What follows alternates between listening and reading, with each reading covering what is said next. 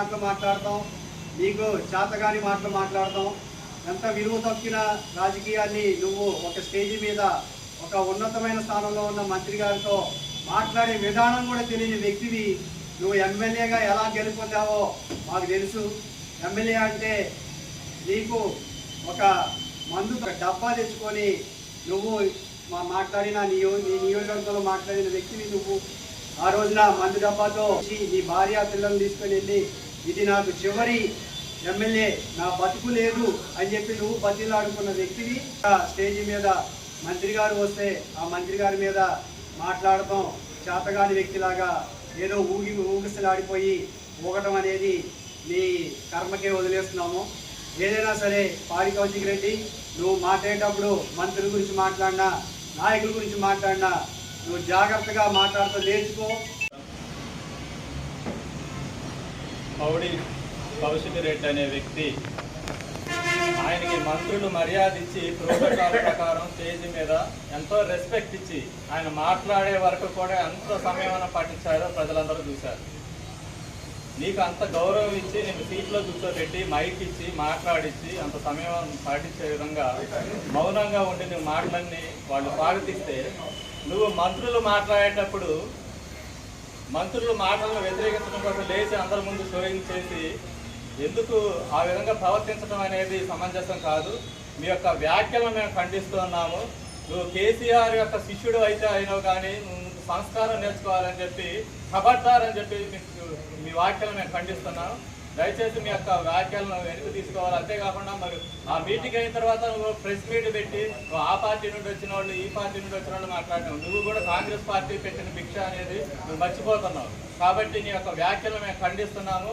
పేద ప్రజలందరికీ నిష్పక్షపాతంగా ఇందిరమ్మ ఇళ్లను ఇస్తున్నటువంటి ప్రదాత పొంగిలేటి శ్రీనివాసరెడ్డి గారు, అలాంటి వ్యక్తిని మీరు ఖండించడం అనేది ప్రజలు అందరూ చూస్తుండగా వారు మాట్లాడుతుంటే మీరు వ్యతిరేకించడం అనేది, ఆ మైక్కి అడ్డుకోవడం అనేది మేము తీవ్రంగా ఖండిస్తున్నాం. ఒక మంచి కార్యక్రమానికి శంకుస్థాపన కోసం అక్కడికి వెళ్ళారు. ఏ కార్యక్రమం అయ్యా అంటే అది మీ గత హాయంలో 10 ఏళ్ళు కూడా అక్కడ కనీసం ఒక్క ఇల్లు కూడా డబుల్ బెడ్రూమ్ అక్కడ కట్టలేదు. కాబట్టి ఆ ఉద్దేశంతో అక్కడ టవర్స్ కట్టడామన్న ఉద్దేశంతో ఇద్దరు మంత్రులతో శంకుస్థాపన కార్యక్రమానికి అక్కడికి వెళ్ళిన మన పొంగులేటి శ్రీనివాసరెడ్డి గారిని, ఇదే నియోజకవర్గం అక్కడ నియోజకవర్గం శాసనసభ్యుడు ఎమ్మెల్సీ అయిన పౌడి కౌశిక్ రెడ్డి గారిని ఒక ఎలాంటి వ్యక్తి అయినా ఒక ప్రభుత్వ పరంగా ఒక కార్యక్రమం మొదలుపెట్టేటప్పుడు ఎలాంటి వ్యక్తి అయినా పిలవడం ఆనవాయి. అదేవిధంగా అతన్ని కూడా స్టేజ్ మీద పిలిపించి మంత్రి గారు మాట్లాడే టయానికి అతను లేచి మీరు 2.5 సంవత్సరాలు మీ ఖమ్మం జిల్లాకి ఏం చేశారు ముందు అది చెప్పండి, దాని తర్వాత మీరు మా ఏరియాకి రమ్మని చెప్పి సవాల్ ఇస్తారు. శ్రీనివాసరెడ్డి గారి మీద సవాల్ ఇస్తే అంత ధైర్యం అంత దమ్ము గల నాయకుడు కనీసం నాకు తెలిసి తెలంగాణలోనే ఉండరు. ఆయన ఖమ్మం జిల్లాకి ఏం చేశారో ఆయన చెప్పాల్సిన పని లేదు. నీ దగ్గర డబ్బు ఉంది, మదం ఉంది అని పౌడి కౌశిక్ రెడ్డి మాట్లాడే మాటలు తీవ్రంగా ఖండించుకుంటూ పొంగులేటి శ్రీనివాసరెడ్డి గారి మీటింగ్లో 3 రోజుల ముందు పాడి కౌశిక్ రెడ్డి అనే వ్యక్తి ఎమ్మెల్యే హోదాలో ఉండి అనుచిత వ్యాఖ్యలు చేశారు. అంటే అసలు ఆ పౌడి కౌశిక్ రెడ్డి అన్న వ్యక్తి అసలు ఏ పార్టీ నుంచి వచ్చాడు, ఆయన ఎక్కడున్నట్టు ఏం మాట్లాడుతున్నాడు అనేది ఆయన ఒకసారి ఆత్మవిమర్శనం చేసుకోవాలంటే. ఎందుకంటే అతను కాంగ్రెస్ పార్టీలో పెట్టింది కాంగ్రెస్ పార్టీ అది క్షేత్రం చెప్పినట్టు అన్ని పాలు తాగి 2 గుర్తిపోయిన పని చేసిన పార్టీ పరిస్థితి. ఆఫ్టర్ ఆయన కాన్స్టిట్యున్సీలో గెలవడానికి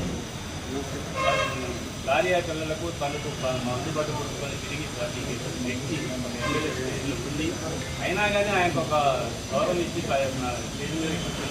నా మంత్రి గారిని అంటే మా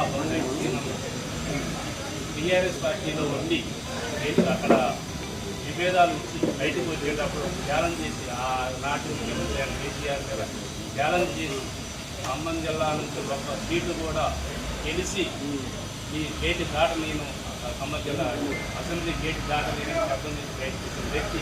అలాంటి వ్యక్తి 10 సీట్లు గెలుచుకొని 10 కాదు 20 సపోర్ట్ తీసుకొని పోయిన వ్యక్తిని మాట్లాడే స్థాయి నీది కాదు. నువ్వు ఆఫ్టర్ కాన్స్టిట్యున్సీలో గెలవడానికి నువ్వు భార్య పిల్లలు అక్కడ పెట్టుకున్న వ్యక్తివి నువ్వు. అలాంటి వ్యక్తి మా పొంగులేటి శ్రీనివాసతో ఫైట్ చేయాలి అంటే ముందు అసలు సైన్యం ఉన్నది వెనక, అది గుర్తుపెట్టుకో. ఆ సైన్యాన్ని ఒక్కరోజు నీ కాన్స్టిట్యూషన్కి తీసుకొస్తే ఈసారి నీ పుట్టగతులు కూడా ఉండవు. పాడి కౌశిక్ రెడ్డి గుర్తుపెట్టుకో, ఈసారి నోరు అదుపులో పెట్టుకొని మాట్లాడాలి. ఒక వ్యక్తి దగ్గర మనం మాట్లాడేటప్పుడు సీనన్న దగ్గర మట్ట దయానంద్ గారు అనుచర వర్గం శ్రీనివాసరెడ్డి గారు అనుచర వర్గం ఈ కల్లూరు మండలం ఖమ్మం జిల్లాలో కల్లూరు మండలం సత్తుపల్లి కాన్స్టిట్యూన్సీ నుంచి బయలుదేరిందంటే అది నీకు పుట్టగతులు లేకుండా చేసిందని ఈ సభాముఖంగా మేము తెలియజేస్తున్నాం. పాడి కౌశిక్ రెడ్డి అనే ఒక వ్యక్తి కాదు, ఆయన ఎమ్మెల్యే కూడా అక్కడ నిజంగా ఆయనకి పరిజ్ఞానం ఉంది మాట్లాడుతున్నా, మరి ఏ విధంగా మాట్లాడుతున్నావు మాకైతే తెలియదు. మరి ఆయన చెప్తాడు నువ్వు పొంగిరెడ్డి శ్రీనివాస్ రెడ్డి అయితే నేను పాడి కౌశిక్ రెడ్డి అంటాడు. అరే కౌశిక్ రెడ్డి రెడ్డి కాదని నేను ఎవడు చెప్పిండు? ఎవరు మా మా మా మా మా సీనన్న ఏమని చెప్పిండా? మా పొంగిరెడ్డి సీనన్న నువ్వు రెడ్డి కాదని చెప్పిండా? నేను కేసీఆర్ శిష్యుడిని, కేసీఆర్ సంఖ నాకు, నేను ఎవడొద్దన్నాడు? మేము అని అన్నావా? అని కేసీఆర్ శిష్యుడు కాదు, కేసీఆర్ మనిషి కాదని మేము అని అన్నావా? మా మా మా మా మంత్రి గారు మీకు ఏమన్నా ఏమనలేదు కదా. కేసీఆర్ శిష్యుడిని నేను ఏమనుకుంటున్నావు అది అంటే కేసీఆర్ సంఖ నాకు, ఎవడొద్దన్నాడు నీకు?